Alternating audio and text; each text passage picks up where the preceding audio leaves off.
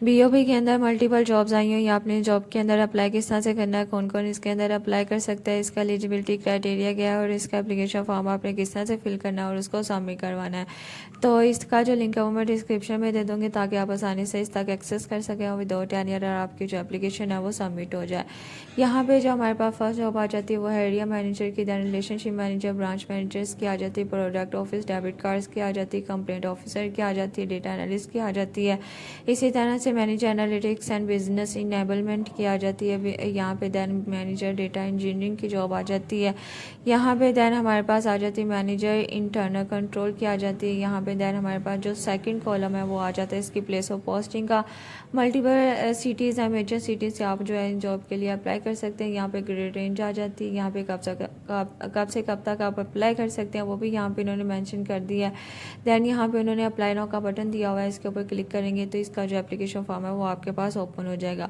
आपने जिस भी जॉब के लिए अप्लाई करना है सिंपली आपने उसकी जो है वो डिस्क्रिप्शन ओपन कर लेनी है। जैसे ही ओपन करेंगे यहाँ पे आपको उसकी जो है वो कंप्लीट डिटेल मिल जाएगी। यहाँ पे हमने ओपन किया ब्रांच मैनेजर की, इसकी पोजीशन का टाइटल है, यहाँ पे इसका ग्रेड आ जाता है, यहाँ पे मल्टीपल पोजीशंस है, आप रेलेवेंट रीजन से जो है आसानी से अप्लाई कर सकते हैं। दैन यहाँ पे जॉब समरी आ जाती है, मेजर रिस्पॉन्सिबिलिटीज़ और ड्यूटीज़ आ जाती हैं जो आपने जॉब के अंदर रह के परफॉर्म करनी है। दैन हमारे पास एलिजिबिलिटी क्राइटेरिया आ जाता है जिसके अंदर आपने क्वालिफिकेशन आ जाती है मिनिमम बैचलर्स की डिग्री पर। अगर आपने बैचलर किया हुआ है तो आप आसानी से जो है इसके लिए अप्लाई कर सकते हैं। एज जो आपकी 55 साल से ज़्यादा नहीं होनी चाहिए। एक्सपीरियंस जो है वो मिनिमम 3 इयर्स तक का होना चाहिए। इसी तरह से सेकंड जॉब की भी ये सेम डिटेल है। यहाँ पे कंपनसेशन बेनिफिट्स आ जाते हैं।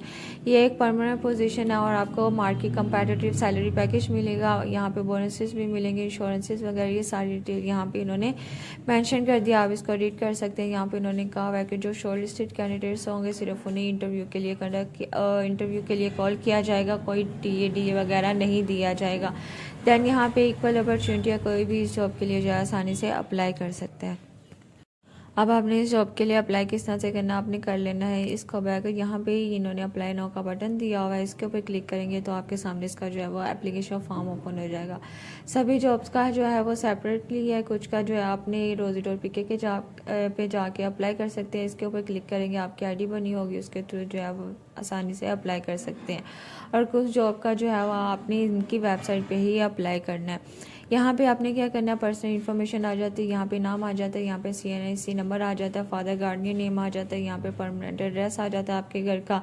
इसी तरह से डिस्ट्रिक्ट सेलेक्ट करेंगे, सेलेक्ट करने के बाद ये सारी डिटेल एंटर करेंगे। यहाँ पे नीचे उन्होंने नेक्स्ट का बटन दिया हुआ है, इसके ऊपर क्लिक करेंगे, एकेडमिक क्वालिफिकेशन आ जाती है। वहाँ पर आपने सबसे पहले अपनी जो है वो बैचलर्स की डिग्री एंटर करनी है, बैचलर के बाद इंटरमीडिएट के बाद आपका जो मैट्रिक आ जाता है। आपने इसको जो है 1 गो में अपनी एंटर करनी है सारी इन्फॉर्मेशन, मल्टीपल एडिटिंग नहीं करनी, नहीं तो मुश्किल होती है एप्लीकेशन सबमिशन के अंदर। दैन हमारे पास प्रोफेशनल क्वालिफिकेशन आ जाती है। अगर आप CA कर रहे हैं या आपने कर लिया CFA वगैरह कोई भी आपके पास प्रोफेशनल डिग्री है तो आप वहाँ पे उसको जो है वो मेंशन कर सकते हैं। दैन आपके पास एक्सपीरियंस आ जाता है, आपने एक्सपीरियंस एंटर करना है। दैन आपके पास आ जाता है रिलेशनशिप, अगर आपका कोई रिलेटिव जानने वाला BOP के अंदर काम करता है तो वो आपका वहाँ पर उसका जो है वो रेफरेंस दे सकते हैं। देने के बाद आपने आ जाता है रिज्यूम के ऊपर क्लिक करेंगे तो वहाँ पर आपने जो है वो CV अपलोड करनी है। CV अपलोड करने के बाद आपने सबमिट के बटन पर क्लिक कर देना, नीचे ही उन्होंने दिया होगा। जैसे सबमिट के बटन पे क्लिक करेंगे तो आपको स्क्रीन के ऊपर एक आईडी अपेयर हो जाएगी, एप्लीकेंट ID नंबर आ जाएगा। कंफर्मेशन होती है कि आपकी एप्लीकेशन जो है वो सक्सेसफुली सबमिट हो चुकी है। तो आपने जॉब के लिए लाजमी अप्लाई करना है, इंशाल्लाह आपको पॉजिटिव रिस्पांस मिलेगा।